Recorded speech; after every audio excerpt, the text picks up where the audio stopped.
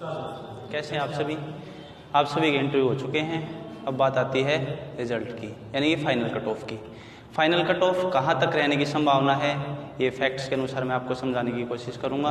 यानी कि कहाँ तक बच्चे सेफ हैं, उनके कितने नंबर हैं, तो वो सिलेक्ट होने पर मतलब सिलेक्ट होने की पूरी उनकी उम्मीद है। जैसा कि लिस्ट रही है, जनरल कैटेगरी की कट ऑफ थी एग्ज़ाम की 100, एससी की 95, एसटी की 87 और फिजिकल हैंडीकैप की 88। अगर हम इन मार्क्स की 85 में वेटेज देखें, 85 में वेटेज देखेंगे, यानी कि अगर किसी बच्चे के 100 मार्क्स हैं, 100 मार्क्स कितने में से हैं, वो है 150 में से, और वो कितने परसेंट है, 66.6। अगर 66.6 85 वेटेज में काउंट करेंगे तो 56.1 बनेंगे। ऐसे ही एससी कैंडिडेट के 53 और एसटी कैंडिडेट के 49.3 और पीएचबी अप्रोक्स सेम ही है। अब बात उठती है इंटरव्यू की। इंटरव्यू में अगर इंटरव्यू एवरेज हुआ है किसी बच्चे का या एवरेज से थोड़ा अच्छा हुआ है, हम मान के चलते हैं कि इंटरव्यू बच्चे का 60 मार्क्स का है। देखो इंटरव्यू मार्क्स कितने का भी है, लेकिन वेटेज उसकी 15 है, 85 रिटन की और इंटरव्यू की 15। अगर वेटेज की बात करें, अगर 60 का इंटरव्यू हम मान के चलें, इंटरव्यू 60 का है और उसमें से बच्चे के 35 से 40 नंबर तक आए, जैसा कि हमने देखा, अगर 35 से 40 60 में से हैं तो 15 मार्क्स में से उसके 9 या 10 के अप्रोक्स बनेंगे।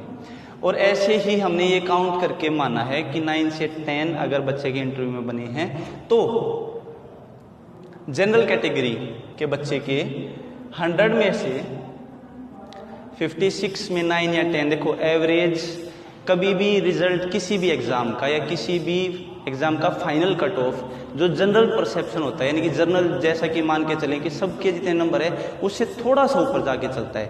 जैसे हमने देखा कि इंटरव्यू में अब बच्चों का किसी का अच्छा हुआ किसी का बुरा हुआ, तो हम जो बेसिक लिस्ट थी उससे मान के चलेंगे तो 56 में अगर आप 9 से 10 ऐड करोगे उससे थोड़ा सा ऊपर, यानी कि 1 से 2 मार्क्स ऊपर अवश्य ही जाएगी लिस्ट फाइनल कट ऑफ।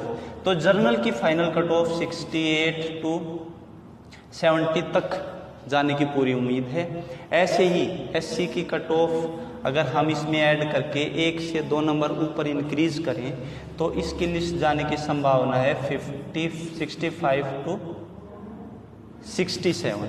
और ऐसे ही एसटी यानी कि 49 जो कि 85 में से कट ऑफ के हिसाब से 49.3 है। अगर 9 से 10 इंटरव्यू में अगर हम ऐड करें तो इसमें मार्क्स बनेंगे, और मार्क्स जो बन रहे हैं उससे 1 से 2 मैं पहले रिपीट कर चुका हूँ, उससे नंबर 1 से 2 नंबर ऊपर लिस्ट अवश्य ही जाएगी। और फिजिकल हैंडीकैप की इसके आसपास जाने की उम्मीद है। देखो ये उम्मीद है, ये बिल्कुल सत्य नहीं है, हो सकता है 1 से 2 नंबर ऊपर, लेकिन यहाँ तक हमारा जो कैलकुलेशन है यहीं तक हमें दिशा निर्देश दे रहा है कि जर्नल की और बाकी कैटेगरीज की लिस्ट यहाँ तक ही जाने की संभावना है।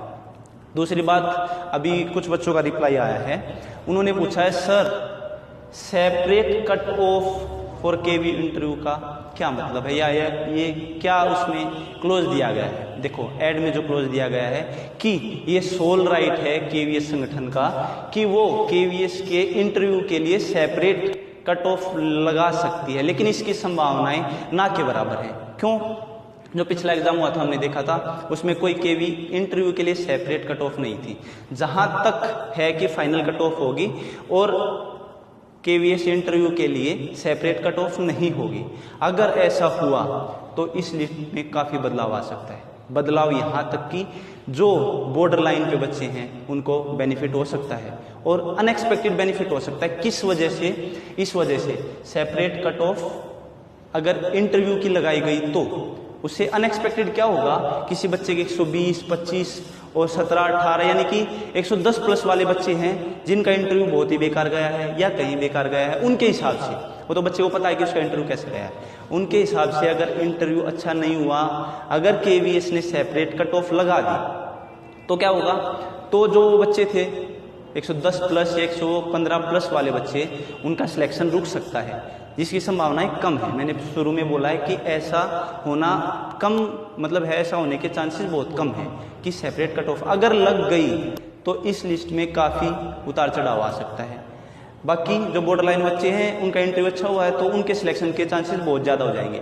अब बात उठती है कि ये प्रोबेबिलिटी है, आपको इस पे ध्यान नहीं रखना है। आपका मेन फोकस देखो, जो दिल्ली और दिल्ली के आसपास के स्टेट वाले बच्चे हैं उनका मेन फोकस ना कि कट ऑफ पे नहीं होना चाहिए, हमारा जनरल परसेप्शन आपको बताने के लिए। आपका मेन फोकस कहाँ होना चाहिए? आपका मेन फोकस होना चाहिए अब नेक्स्ट टारगेट पर। आप सभी जानते हो नेक्स्ट टारगेट क्या है, अपना होम स्टेट या दिल्ली में अपनी जॉब पाना।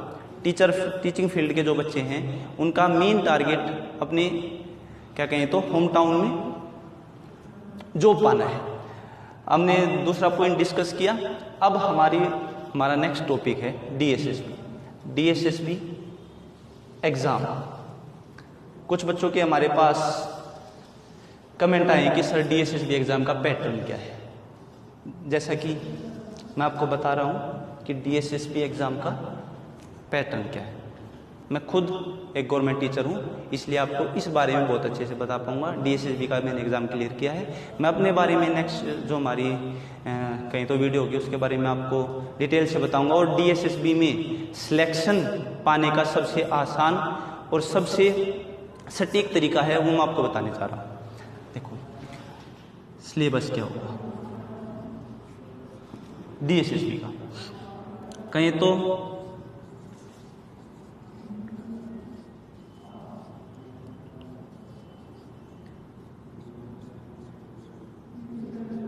ट्वेंटी मार्क्स की होगी हिंदी और 20 marks maths, 20 marks English, 20 marks कहें तो जीके और 20 मार्क्स रीजनिंग और 100 मार्क्स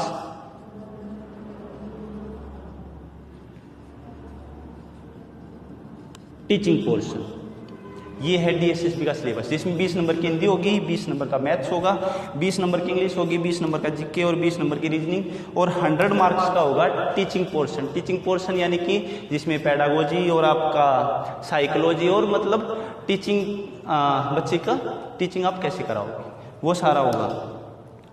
आप ये मान के चलिए डीएसएसबी एग्जाम क्लियर करना या कहें तो टॉपर्स में आना या कहें तो अपना सिलेक्शन पक्का करना, ये पोर्शन जो भी पिछला एग्जाम हुआ था डीएसएसबी का कहें तो एमसीडी वाला, उसमें उन्हीं बच्चों का सिलेक्शन हुआ या उन्हीं बच्चों की रैंक आई या कहें तो टॉपर्स वही बच्चे हैं जिनका ये पोर्शन स्ट्रोंग रहा है। ये पोर्शन स्ट्रोंग रहा है क्योंकि उसमें टीचिंग पोर्शन काफ़ी हार्ड था, बच्चे अटेम्प्ट ही नहीं कर पाए। और अटेम्प्ट क्या करें कि वो आपके सिलेबस से थोड़ा सा हटके था, जो बच्चों ने पढ़ा था उससे थोड़ा हटके था। जिन बच्चों ने इसमें यानी कि 100 मार्क्स, ये 100 मार्क्स हैं जर्नल कंपटीशन वाला पोर्शन, यानी कि जिन बच्चों ने इस 100 मार्क्स में अच्छे नंबर लिए और बाकी ये सिलेक्शन करने का कहीं तो मेन स्ट्रॉन्ग होल्ड नहीं था डीएसएसबी का जो एग्ज़ाम था लास्ट एमसीडी, जिसमें एमसीडी में सिलेक्ट हुए बच्चे, मेन स्ट्रॉन्ग होल्ड था ये जनरल कंपटीशन और ये 100 नंबर टीचिंग का काफ़ी हार्ड पोर्शन था। देखो मैं ये नहीं कह रहा कि नेक्स्ट भी ऐसा ही हार्ड आएगा, लेकिन आपने पूरा फोकस रखना इस पे भी है, लेकिन ये पोर्शन आपके सिलेक्शन का मेन मुख्य भाग रहेगा क्योंकि ये टीचिंग पोर्शन सभी अटेम्प्ट कर लेते हैं और इसमें ज़्यादा वेरिएशन नहीं आते। वेरिएशन कहाँ आएंगे? जनरल कंपटीशन में। तो आपको अभी से अपने केवीएस इंटरव्यू जैसा हुआ जो भी कट ऑफ होगी वो आपके हाथ में नहीं है, आपके हाथ में तैयारी करना। नेक्स्ट टारगेट जो सिलेक्ट होते हैं उनको कॉन्ग्रेचुलेशन और जो नहीं होते वो अपना पूरा फोकस डीएसएसबी की नई आने वाली वैकेंसी जो कि ऑन द कार्ड्स है, ऑन द कार्ड्स मीन्स आने वाले हैं, उन पे आपने अपना पूरा फोकस लगाना है, अभी से तैयारी करनी शुरू कर देनी है। और डीएसएसबी में लगभग 4 से 4,500 पीआरटी की वैकेंसी आनी है और एमसीडी ने अपनी वैकेंसी भेज दी, जेएनसीटी ने भी। अब कोर्ट ने ऑर्डर दिए थे कि आप ये बताइए कि प्रोसेस कहाँ तक पहुँचा टीचिंग की वैकेंसी फिल करने का। तो आप ये मान के चलिए आपका नेक्स्ट टारगेट डीएसएसबी है और डीएसएसबी में आप मान के चलो कंपटीशन वाला पोर्शन बहुत महत्वपूर्ण रहने वाला है। हाँ, ये मैं नहीं कह रहा कि ये कम महत्वपूर्ण है, 100 नंबर की वेटेज है इसकी भी, लेकिन इसमें वेरिएशंस कम होते हैं। मैं बार बार रिपीट कर रहा हूँ, इसमें वेरिएशन बहुत ज़्यादा आते हैं। इसमें मार्क्स आपके सिलेक्शन का आधार रहेगा। तो मिलते हैं नेक्स्ट वीडियो में और हाँ, DSSB के लिए हम एक बैच भी चलाने जा रहे हैं। धन्यवाद।